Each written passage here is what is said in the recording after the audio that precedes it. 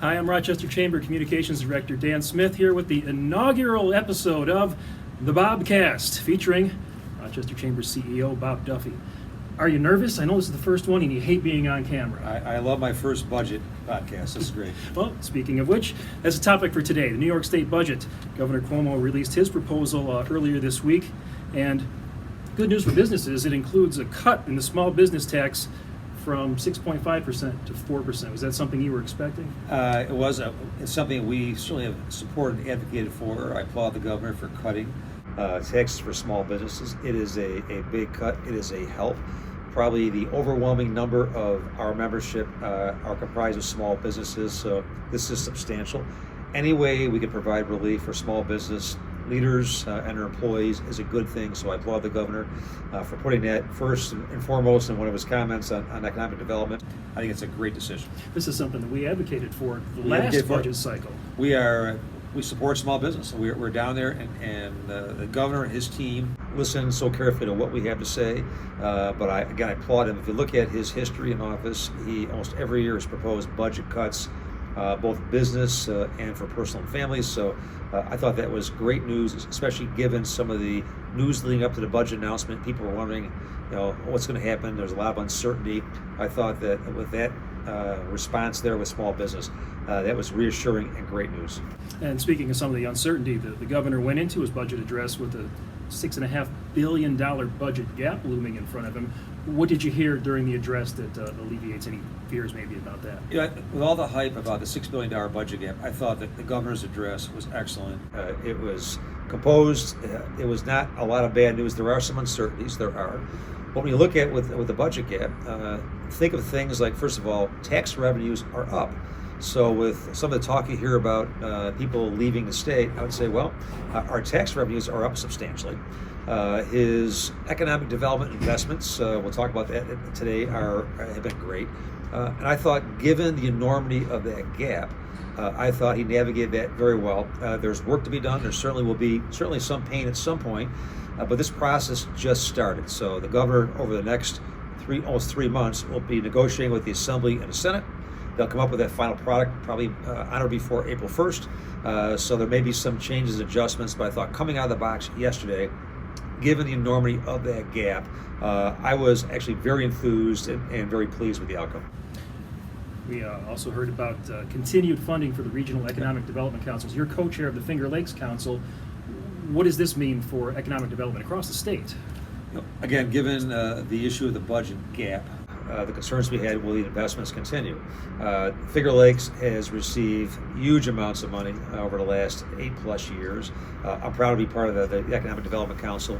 But I chafe at this every year when people complain about economic development investment. I would say, come on a bus ride with me around this region.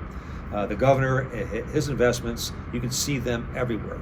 We have thousands of jobs that have been retained. We have millions and millions and millions of dollars invested in this region, in projects and businesses and growth. I dare say, if you ever took away the governor's investments and the state investment in our region, it would be a dire circumstance. Unfortunately, the balance of private and public investment is very much slanted toward much more public than private. But his continued investment in the regional councils, which really comes from the ground up, that is a series of projects every year that are proposed, supported, and voted on locally here, going up to the governor's office and legislature and having those approved. And we have done fairly well. I think we're probably the top 3 for overall funding since the beginning. He has been very good to us, and even the regional council funding only really probably represents just a percentage of the overall economic development funding that we have. We have many projects we're discussing right now with the state, and hopefully they'll get funded as well. But I was very pleased to see the economic development councils will continue fully funded as they have been. And as part of the new ROC 2025 Economic Development Initiative, Rochester Chamber has taken the lead on workforce development and talent strategy, and we heard about hundreds of millions of dollars for workforce development in the proposed budget.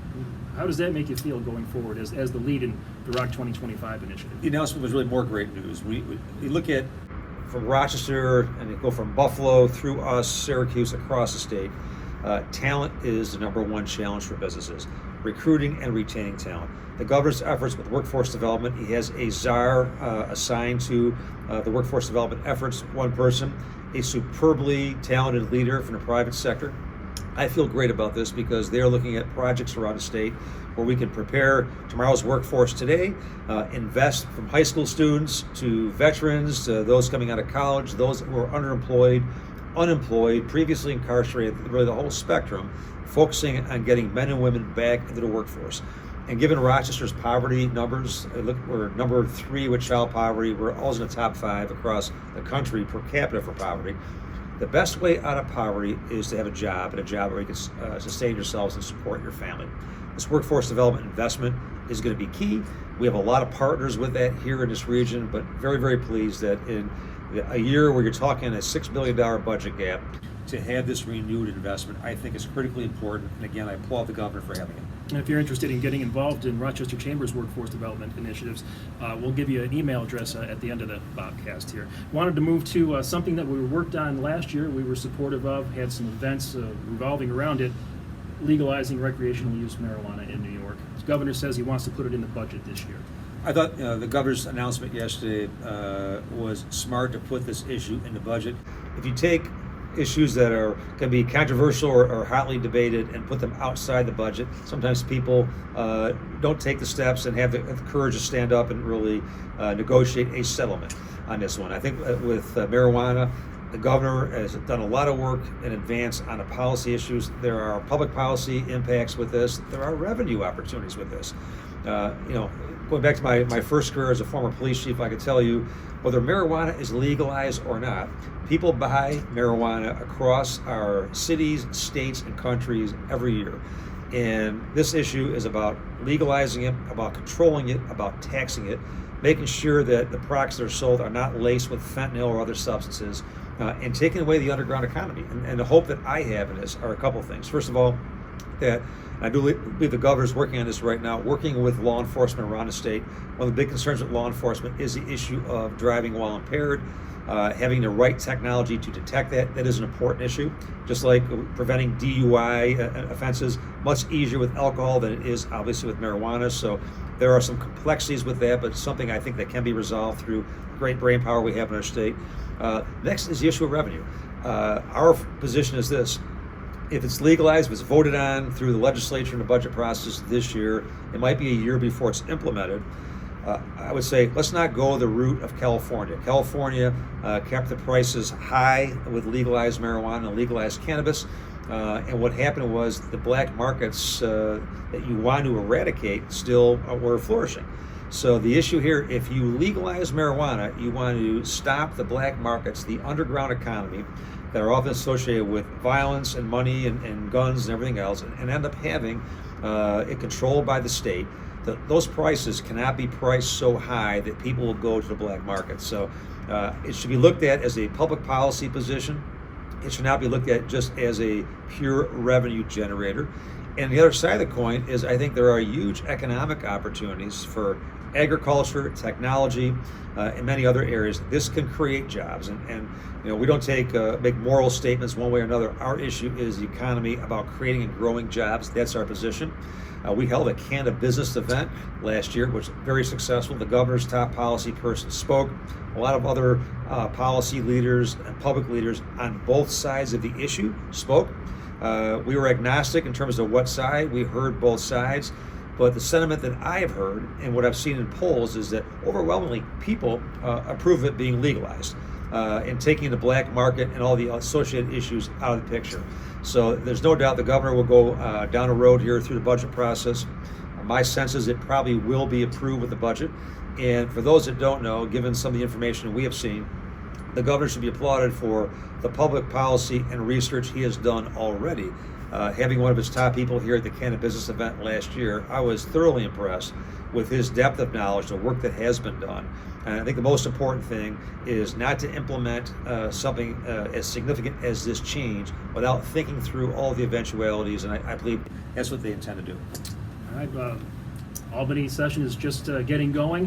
What else is on your radar in the Senate and Assembly as things move forward towards June?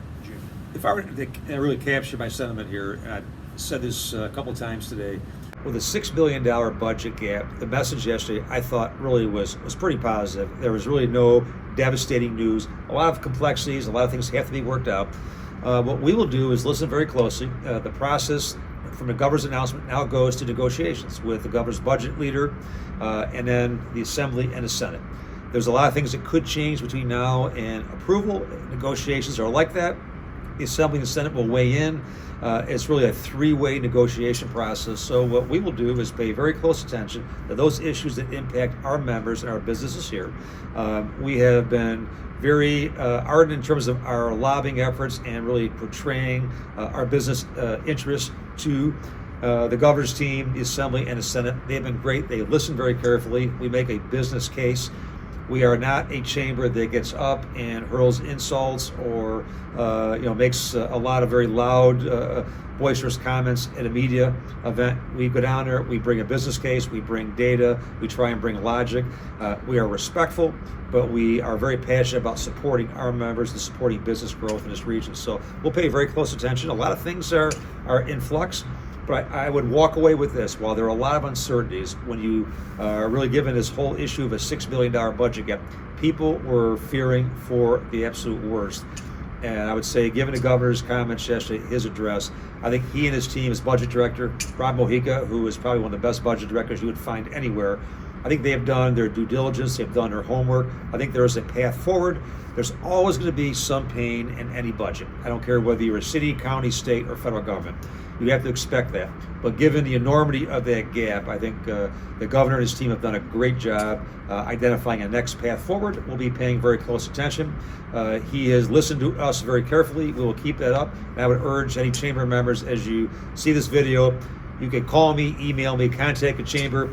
Let us know. We have a great advocacy leader in Mark Cohen. We will be on these issues and representing you in Albany between now and the end of this budget session.